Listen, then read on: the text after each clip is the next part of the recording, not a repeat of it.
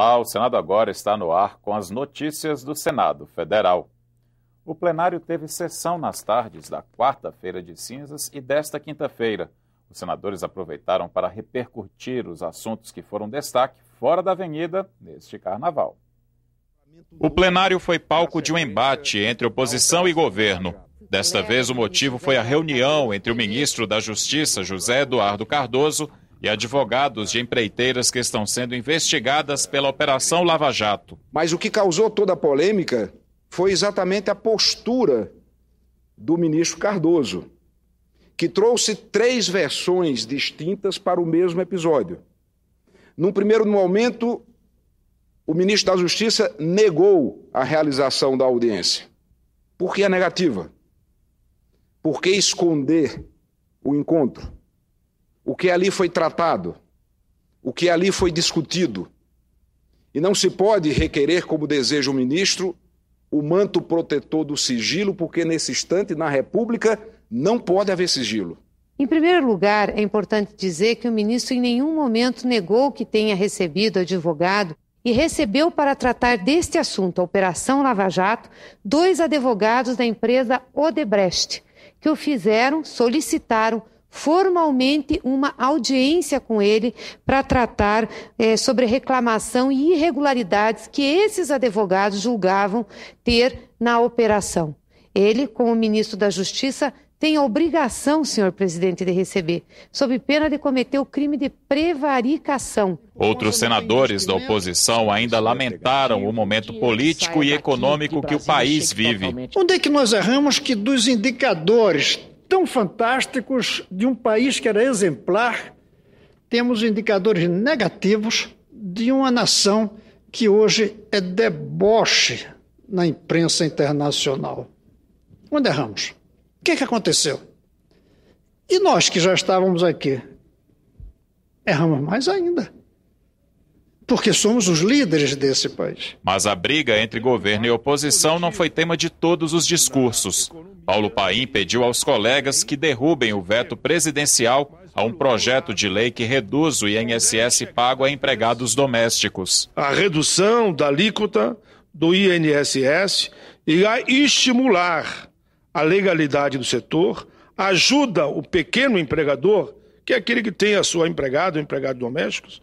Muitas domésticas terão suas carteiras assinadas e os seus direitos trabalhistas garantidos. E o senador Regufe defendeu a extinção dos impostos cobrados sobre medicamentos. Enquanto países, senhor presidente, como Inglaterra, como Canadá, como a Colômbia, não cobram impostos sobre medicamentos, no Brasil, 35,7% do preço de um remédio são apenas impostos. Existem famílias que gastam mais de R$3.000 por mês com medicamento de uso contínuo. Isso é a vida real das pessoas. Se tem um assunto em que governo e oposição têm discurso parecido, é a reforma política, pelo menos na teoria. Na prática, os projetos de lei que tratam do tema continuam parados no Congresso Nacional. Mas, afinal, por que a reforma não sai do papel? Entenda o motivo na reportagem de Dante Ascioli. O debate não é novo. Tem sido abordado há pelo menos 20 anos. Trata-se de um tema polêmico sobre o qual não há nenhum consenso. E não há mesmo. Cada parlamentar tem uma opinião diferente sobre como deve ser a reforma política. Alguns querem mudar tudo de uma vez. Que aperfeiçoe a democracia representativa, limite a edição de medidas provisórias, aprove o fim das coligações proporcionais, o estabelecimento de cláusulas de desempenho, o financiamento público de campanhas, a unificação do calendário eleitoral, o fim da reeleição e mandatos de 5 anos. Outros defendem uma reforma fatiada. Uma reforma enxuta num primeiro momento. Se quisermos fazer uma ampla reforma, acaba não saindo como há 12 anos não acontece. No meio de tanta indefinição, a reforma política simplesmente não anda.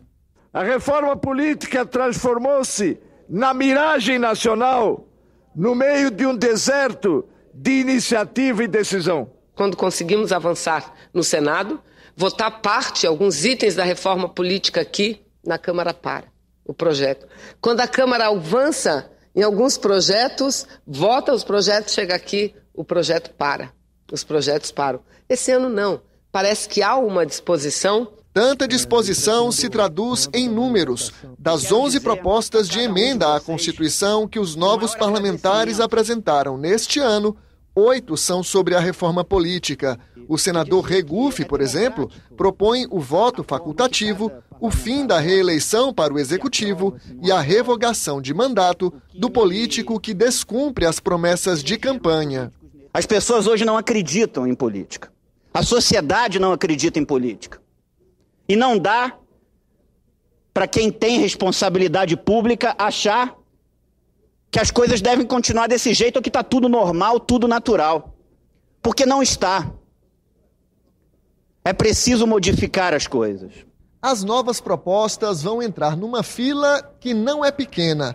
Tramitam no Congresso mais de 200 PECs ou projetos de lei que alteram o sistema eleitoral. O presidente do Senado anunciou para a primeira semana de março um esforço concentrado para fazer a reforma política andar.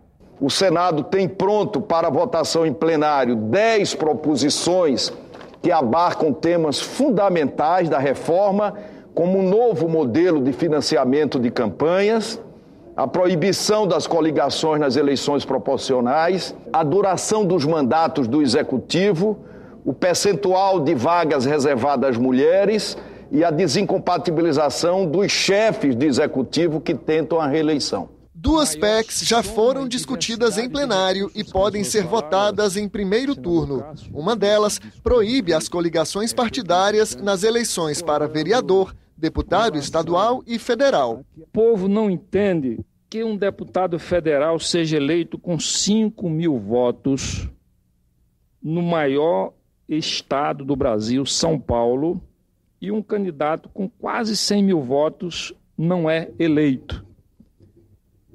É uma conta que, do ponto de vista da matemática prática, não fecha.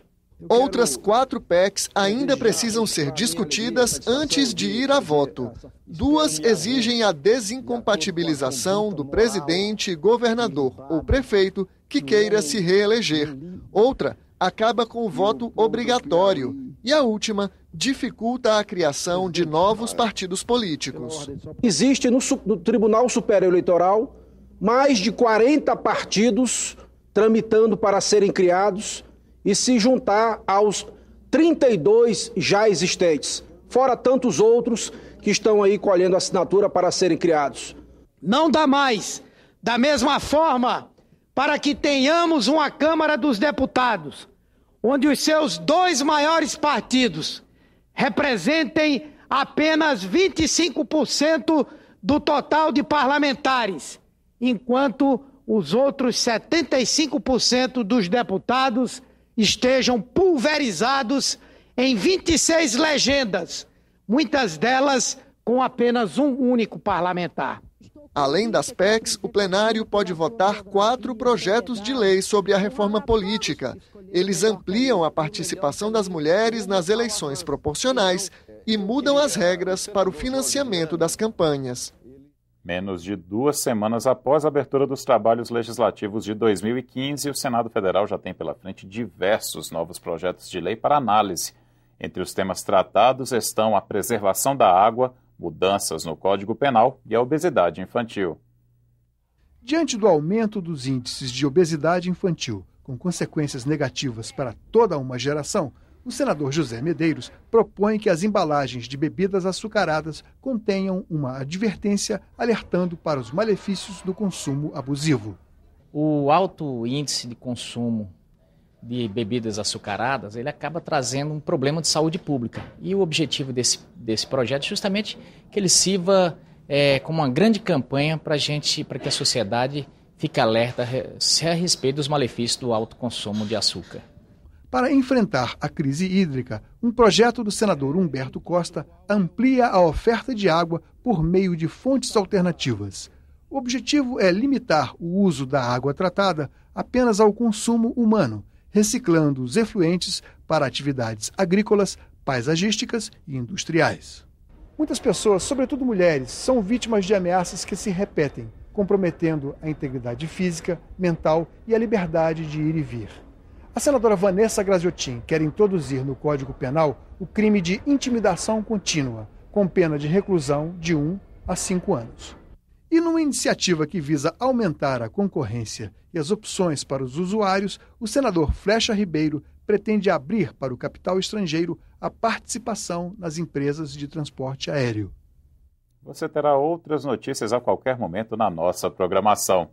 Tenha um ótimo fim de semana.